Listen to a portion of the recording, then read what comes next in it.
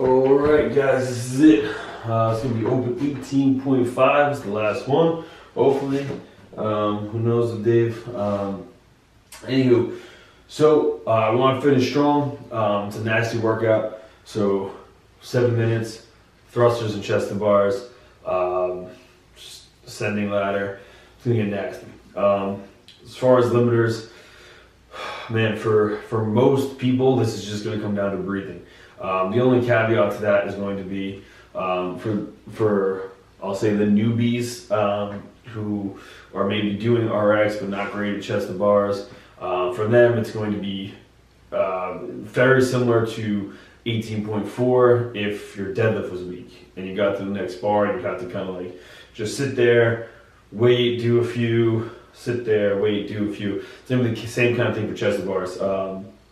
If you're not great at chest to bar. If you're scaling it with pull-ups, same kind of deal. So, but for everybody else who has that skill, then it's going to come down to breathing. And it's just going to be a matter of who can be able to perform at that peak capacity, at that peak heart rate for longer. Who can get the oxygen to and from their muscles, who can get the blood in there, the CO2 out, the oxygen in, get the blood flowing to their muscles without occluding, and blah, blah, blah. Long story short, it's going to come down to being able to transport that oxygen and CO2 back and forth. In other words, breathing for most people. So we need to be able to capitalize on that so you can last longer at a higher intensity. So just to begin with, first, again, if you're just like every other open workout, if you're working out from the first 6 hours of waking up, but it's not directly after waking up, you may want to take 100 milligrams of caffeine just as soon as you wake up, before you even eat, just to give your central nervous system a little kickstart.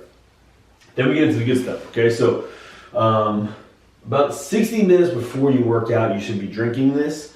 It should be completely done, definitely 30 minutes before you work out. If you want to sip on something up until you work out because you feel like it's basically psychological, like you want to be having something up until you work out, then you can just put more shit in there. More won't necessarily hurt in this instance, and you can kind of sip on it, but get the bulk of that done 30 minutes before you work out so you can have it in your system, ready to go for the workout.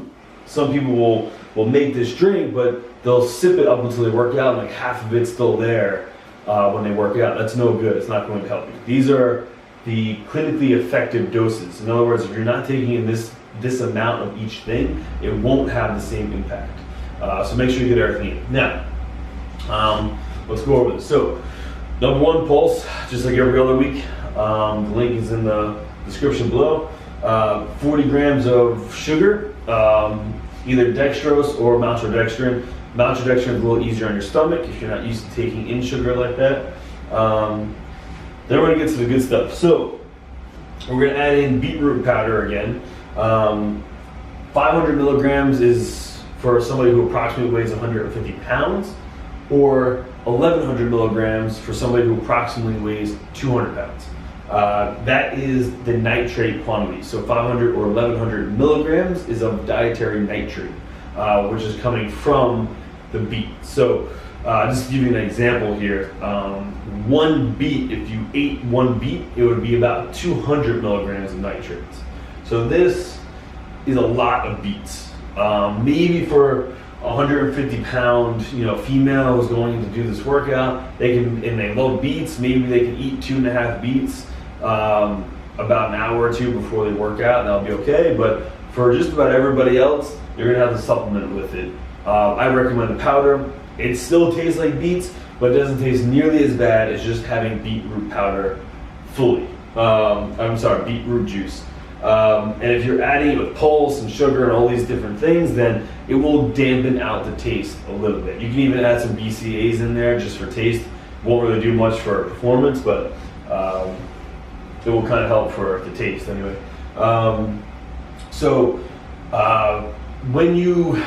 The most common way to buy beetroot powder, they're not going to list the dietary nitrate that's in each serving, but they do normally list how much a serving is, or how many beets one serving is equal to. So you may have to do a little bit of math.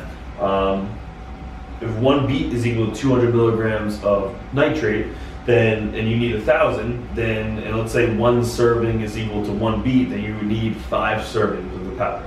Normally it's pretty condensed though, so you shouldn't need many more. You shouldn't really need 1, maybe 2 servings of a beet powder supplement, and that should do. Now, in addition to that, we're going to take beta-alanine.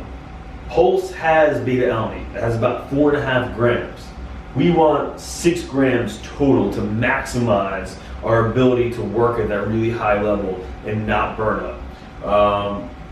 So adding in about 2 grams more of beta-alanine to the shake is definitely a good idea. In addition to that, we want about 600 milligrams of caffeine before we hit this workout in our bodies. Pulse has about 350. So you would want to add in at least another 200 or so to really ramp this up. Theanine is already in Pulse. So if you're drinking Pulse, then you won't need to add theanine in there to calm you down. It will take away the jitters of the caffeine, but it'll keep all the performance enhancing benefits. Now, in addition to all of that, we're going to add 2 new things this week. The first one is an adaptogen. We're going to add in 600 milligrams of ashwangandha. The type that we want, this is important, is KSM66. Okay, that's the type that we want. So when you look at the supplement, look at the back, it should say KSM66 complex. You want 600 milligrams of that. This is, again, it's going to be in pill form, just like this added caffeine. So you're going to take these pills about at least I would say between 30 to 60 minutes before the workout, somewhere in there. Then we're also going to add 500 milligrams of Arjuna Extract. Now, what's important here is that you get a water extract. That's very important. So 500 milligrams. Now, what these 2 supplements are going to do is basically decrease the stress response. So our hearts are going to be able to pump harder, longer, without running into any problems, let's say. It's a very vague and generic way to describe what they're doing, but I think it'll kind of make sense for this workout.